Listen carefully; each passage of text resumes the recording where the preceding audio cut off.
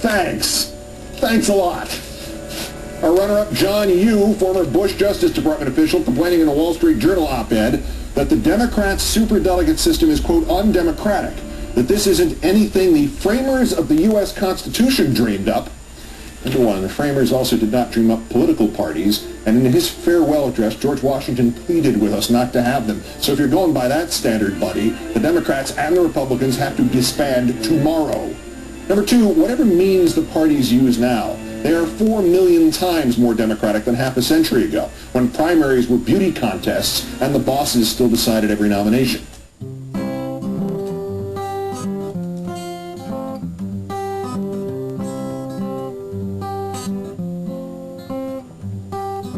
I've never flip-flopped before, and I like to question. I don't get very many of them, but I'll just tell you, thank you.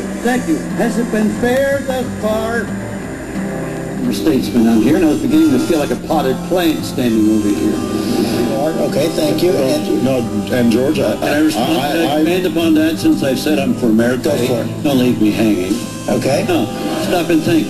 They're all talking business as usual, politics as usual. Well, why do Hillary Clinton and the other candidates at the top, with the exception perhaps of a few of them, why are they so careful not to challenge this president's central foreign policy of war in Iraq and potential war in other countries? Why don't they challenge it? Because they are running for office and it's business as usual. It's politics as usual. They don't want to rock the boat. They don't want to rock the boat. And so they just dance around the issues, and they'll keep on doing as long as you and the media keep building them up. Does that answer your question, Chris? No, I think it's a strong counterpunch to me, Senator. Where have you been since 1972? I think you deserve it. I am happy to be here tonight, and this pantsuit, it's asbestos tonight. What the American people are looking for right now is straight answers to tough questions. And that is not what we've seen. Senator Biden, No. I want you to weigh in. Don't do it. No. Don't make me speak. Every political campaign gets to this place. And I'm not criticizing any of the three people who are the ones who always get to talk all the time at these meetings. I'm not criticizing. Can you and the Democrats stand up to the president on this one, or will there be another capitulation at some point? Well, I sure hope so. But that said, she had a much better performance. It was much more even. It was entertaining, if anything else. That they're not living up to. My colleagues have all said that they want public financing. How about you, Senator? No, I'm part of it, and I'm telling the truth. They can do this right now. There's nothing stopping. I ask for a pledge from all of them to immediately obey the law we have on the books to use public financing. They can store their money, their millions, for the general election. But right now, in the primaries, why can't they say what they promised and they said therefore? Otherwise, it means there's a little hypocrisy abroad. About 30 seconds each, please. You know, presidential biographers are always looking at the turning point in a life, the moment where an ordinary person went on the path to the presidency, the decisive moment. The moment in my life came with the insightfulness of realizing that human governance is extremely complex and that representative government is broken. And there's only two venues for change. One is the government, where the problem lies, or the people. And so the people must be equipped as lawmakers, the central power of government, in order to make decisions on all the policy issues that affect their lives. Working in partnership with elected government is a win-win. The people make the policy decisions, and we then would make the day-to-day operation of government work better. And they're interested in the symbolic vote? Give me a break. The strategy you followed in the 1970s did eventually end the war. You cut off funding, the war ended, but a lot of Democrats fear that the party paid a price, and it kept them out of the White House for years. Well, George, you just put your finger on it. What's more important, getting office or doing the moral thing and stop people from dying? I'll tell you, if that's the sacrifice we got to pay to stop these Americans from dying and killing these Iraqis, I'll pay that sacrifice every day of the week. We are a great country, and we are at the tipping point. I don't know which side we're going to tip on, but 2008 is as important an election as 1877, when they made the decision that changed the South. Right now, we're going to make a decision in 08 whether we continue to go downhill with our empire building.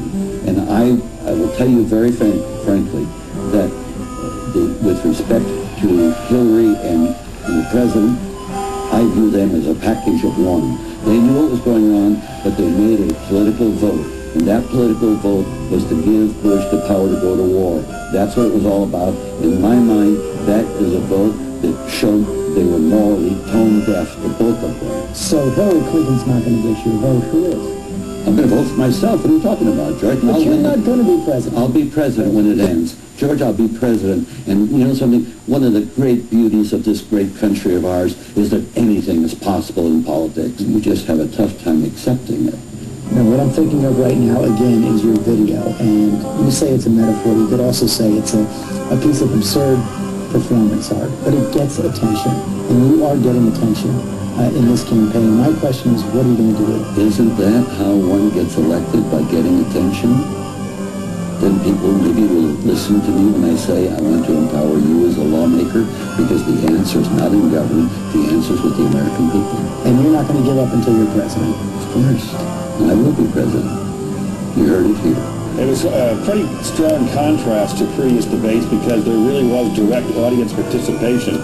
And you're right, it really did, I think, influence, in effect, the candidates.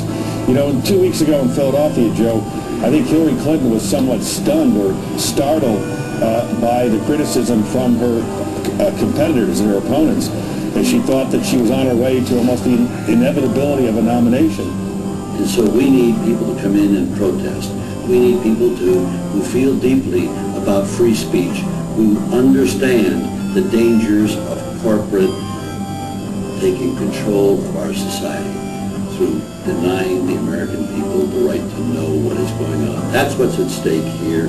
This is corporate censorship. And it's not just NBC. NBC is owned by General Electric, one of the war profiteers in this country. And we have to hold them accountable.